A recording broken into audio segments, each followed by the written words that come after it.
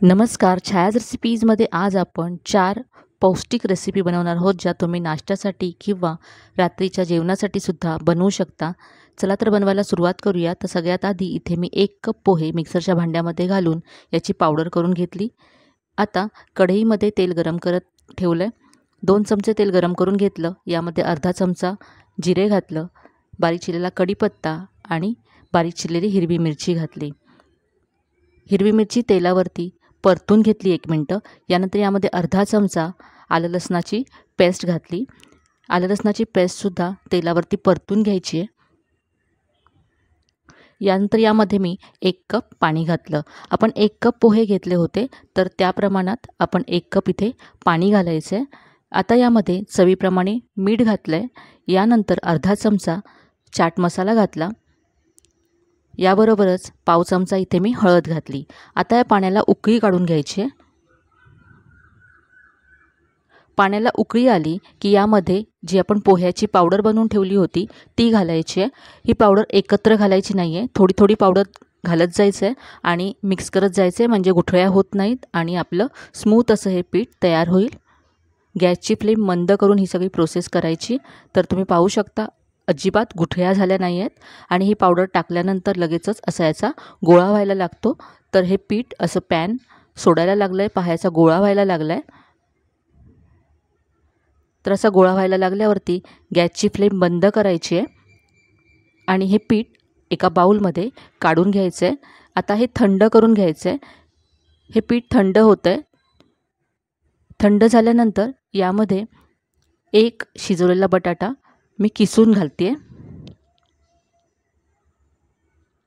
आता यामध्ये मसाले घालूया. इथे चवीप्रमाणे लाल तिखट घालायचं आहे. यानंतर कोथिंबीर घालायची आहे आणि हे सगळं आपल्याला मिक्स करून घ्यायचं आहे.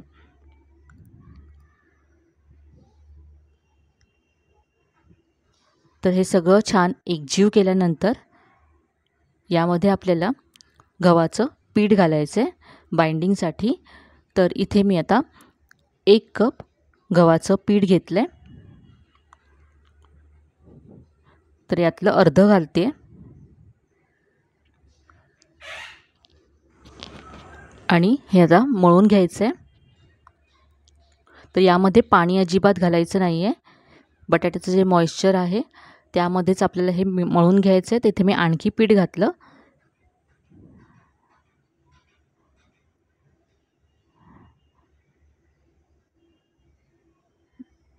तर इथे पहा मला अर्धा कप पीठ लागलं आणि हे मळून झालं आहे पीठ. आता यावरती थोडंसं तेल घालायचं आहे आणि पुन्हा मळून घ्यायचं आहे.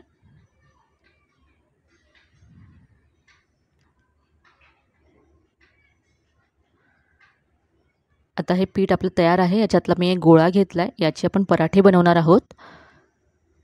हा गोळा सुक्या पिठामध्ये घोळवून घ्यायचा आणि याचा आता पराठा लाटून घ्यायचा आहे.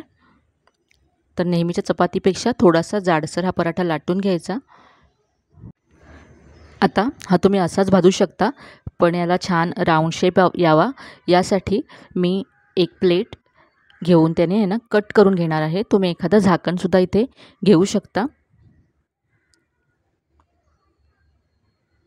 तर असं कट करून एक्स्ट्राचं जे पीठ आहे ते आपण काढून घेऊया आणि पाहू शकता मस्त असा राऊंड शेप आला आहे पराठ्याला. दिसायला असा पराठा छान दिसतो. पराठा तयार आहे. आता आपण हा भाजून घेऊया. तर इथे मी तवा गरम करून घेतला आहे. यावरती पराठा घालायचा आहे आणि आधी तेल तूप काही न घालता असाच पराठा हा भाजून घ्यायचा दोन्ही बाजूने. सुरुवातीलाच तेल तूप टाकलं तर पराठा लगेच ब्राऊन होतो आणि आतपर्यंत छान भाजला जात नाही. म्हणून थोडासा भाजून घ्यायचा दोन्ही बाजूने आणि मग तेल किंवा तूप घालायचं. इथे मी पराठा तेल तूप न घालता आधी भाजून घेतला आणि नंतर थोडंसं तेल घालून असा खरपूस करून घेतला आहे. मस्त असा पराठा भाजून तयार आहे. काढून घेऊया. इथे मी लोणच्याबरोबर हा सर्व केला आहे. तर ही होती आपली पहिली रेसिपी. अगदी झटपट होणारे हे पराठे तुम्ही नाश्त्यासाठी टिफिनसाठी बनवू शकता. चवीला अप्रतिम लागतात. आता बनवूया आपली दुसरी रेसिपी. तर इथे मी एक बाउल घेतला आहे. यामध्ये 1 कप तांदळाचं पीठ घालायचं आहे. यामध्ये बारीक चिरलेला कांदा घालायचा आहे. यानंतर इथे मी बारीक किसून घेतलेला गाजर घातला आहे, बारीक चिरलेली शिमला मिरची घातली.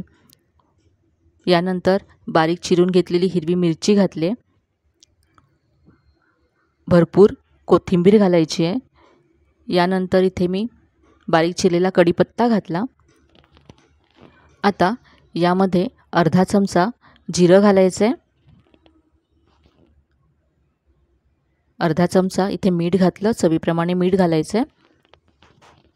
यानंतर यामध्ये मी 1 चमचा तेल घातलं, यामुळे रेसिपी छान खुसखुशीत होईल. हे सगळं आता आपण एकजीव करून घेऊया, मिक्स करून घेऊया. आता यामध्ये पाणी घालून आपल्याला हे पीठ मळून घ्यायचं आहे. इथे मी कोमट पाणी घेतलं आहे. कोमट पाण्यामुळे तांदळाच्या पिठाला बाइंडिंग येते. तर याचं सैलसर पीठ मळून घ्यायचं आहे. याचा असा गोळा मी तयार करून घेतला आहे. याचं आज आपण थालीपीठ बनवणार आहोत. तर इथे मी एक गोळा घेतला. इथे मी पोळपाटावर एक ओलं कापड घातलं आहे. त्यावरती हा गोळा घ्यायचा आहे आणि हाताला पाणी लावून याचं थालीपीठ थापून घ्यायचं आहे. तर तुमच्या आवडीच्या भाज्या यामध्ये तुम्ही घालू शकता. बारीक चिरलेला कोबीसुद्धा यामध्ये तुम्ही घालू शकता. आता आपण हे थालीपीठ भाजून घेऊया. तवा गरम करून घेतला, यावरती थोडंसं तेल घातलं आहे.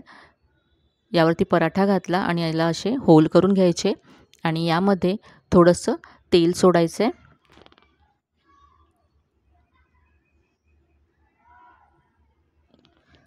आता हा पराठा दोन्ही बाजूने छान खरपूस भाजून घ्यायचा आहे.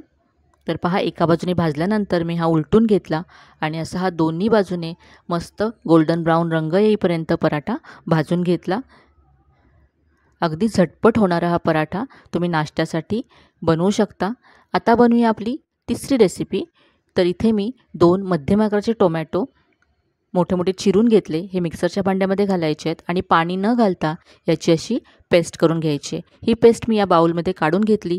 यानंतर यामध्ये चवीप्रमाणे लाल तिखट घालायचे, अर्धा चमचा धनेजिरे पूड घातली. यानंतर यामध्ये पाव चमचा हळद घातली, चवीप्रमाणे मीठ घातलं. यानंतर अर्धा चमचा ओवा घालायचा आहे. ओवा मी आधी हातावरती चोळून घेतला. अर्धा चमचा जिरं घालायचं आहे. यानंतर इथे 2 चमचे रवा घालायचा आहे. रव्यामुळे रेसिपी छान कुरकुरीत व्हायला मदत होईल. यानंतर इथे मी बारीक चिरलेली कोथिंबीर घातली आहे. आता इथे मी 1 कप गव्हाचं पीठ घेतलं आहे. तर यातलं अर्धं घालायचं आहे आणि मिक्स करून घ्यायचं आहे. तर यामध्ये पाणी घालायचं नाही आहे. जी आपण पेस्ट तयार करून घेतली होती त्यामध्येच आपल्याला हे पीठ मळून घ्यायचं आहे. तर उरलेलं पीठसुद्धा इथे मी घातलं. तर इथे सगळं 1 कप पीठ मी घातलं आणि या पेस्टमध्ये हे मळून घेतलं. यावरती थोडंसं तेल घालायचं आहे. तर यामध्ये आपण अजिबात पाणी घातलं नाही आहे. त्या टोमॅटोच्या पेस्टमध्येच हे पीठ मळून घेतल्यामुळे रेसिपी खूप छान होते. तर आज याच्या आपण पुऱ्या बनवणार आहोत. तर इथे आता मी एक गोळा घेतला आहे. सुक्या पिठामध्ये घोळून याची अशी मोठी पोळी लाटून घ्यायची आहे, थोडीशी जाडसर ठेवायची आहे आणि याच्या अशा पुऱ्या कट करून घ्यायच्या आहेत. तुम्हाला जर पुऱ्या नको असतील तर याच पिठापासून तुम्ही पराठेसुद्धा बनवू शकता. तर पुऱ्या कट करून घेतल्या. आता आपण ह्या फ्राय करून घेऊया. तर इथे तेल गरम करून घेतलं. यावरती या पुऱ्या सोडायच्यात आणि मीडियम फ्लेमवरती या पुऱ्या अशा फ्राय करून घ्यायच्या. पुऱ्या थोड्याशा जाडसर लाटून घेतल्यामुळे छान फुगतात आणि टोमॅटोची खूप मस्त टेस्ट येते या पुऱ्यांना. तर ही होती आपली दुसरी रेसिपी. आता बनवूया तिसरी रेसिपी. तर इथे एक वाटण तयार करूया. तर इथे मिक्सरच्या भांड्यामध्ये मी हिरव्या मिरच्या 2 ते 3 लसणाच्या पाकळ्या घातल्यात. यानंतर थोडंसं आलं घातलं, थोडीशी कोथिंबीर घालायची यामध्ये. यानंतर यामध्ये एक मध्यम आकाराचा कांदा घातला आहे, चिरून घातला. यानंतर एक मध्यम आकाराचा बटाटा, कच्चा बटाटा सोलून घेतला आणि मोठे तुकडे करून घातला आहे. आता यामध्ये पाणी न घालता याची पेस्ट करून घ्यायची आहे. तर कांद्यामध्ये आणि बटाट्यामध्ये भरपूर पाणी असतं, त्यामुळे पाणी घालायची इथे गरज पडत नाही. आता ही पेस्ट मी एका बाउलमध्ये काढून घेतली. यामध्ये 1 कप गव्हाचं पीठ घालायचं आहे. यानंतर अर्धा चमचा धनेजिरे पूड घालायची आहे. ओवा घातला यामध्ये पाव चमचा आणि अर्धा चमचा जिरं घातलं.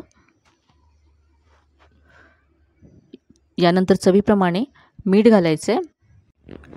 यानंतर इथे अर्धा चमचा सफेद तीळ घातले. 1 चमचा कसुरी मेथी घालायची आहे. कसुरी मेथीची खूप मस्त चव येते या रेसिपीमध्ये. पाव चमचा हळद घातली. आता हे सगळं आपल्याला एकत्र करून घ्यायचं आहे. या पेस्टमध्येच हे पीठ आपल्याला मळून घ्यायचं आहे. हे मळताना तुम्हाला जर हे खूपच ड्राय वाटलं तर थोडंसं पाणी घालू शकता आणि जर ओलसर वाटलं तर आणखी गव्हाचं पीठ घालून हे मळून घ्यायचं आहे. तर इथे मी असा गोळा मळून घेतला. यावरती अर्धा चमचा तेल घालून पुन्हा मळून घ्यायचं आहे. आता याचा एक गोळा घेतला मी, सुक्या पिठामध्ये घोळवून घ्यायचा आणि याचा असा पराठा लाटून घ्यायचा. थोडासा जाडसर पराठा लाटून घेतला. आता याला असं कट करून घेऊया.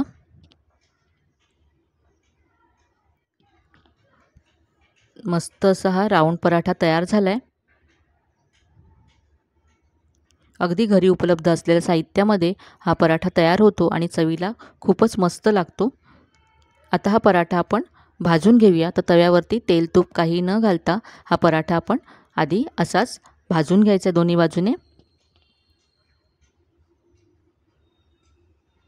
दोन्ही बाजूने भाजून झाल्यानंतर यावरती थोडंसं तेल किंवा तूप सोडायचं.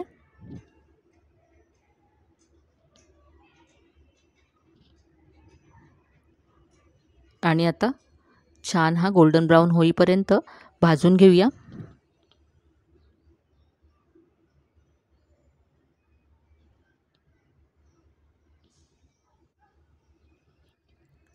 तर हा मस्त आपला पराठा तयार आहे.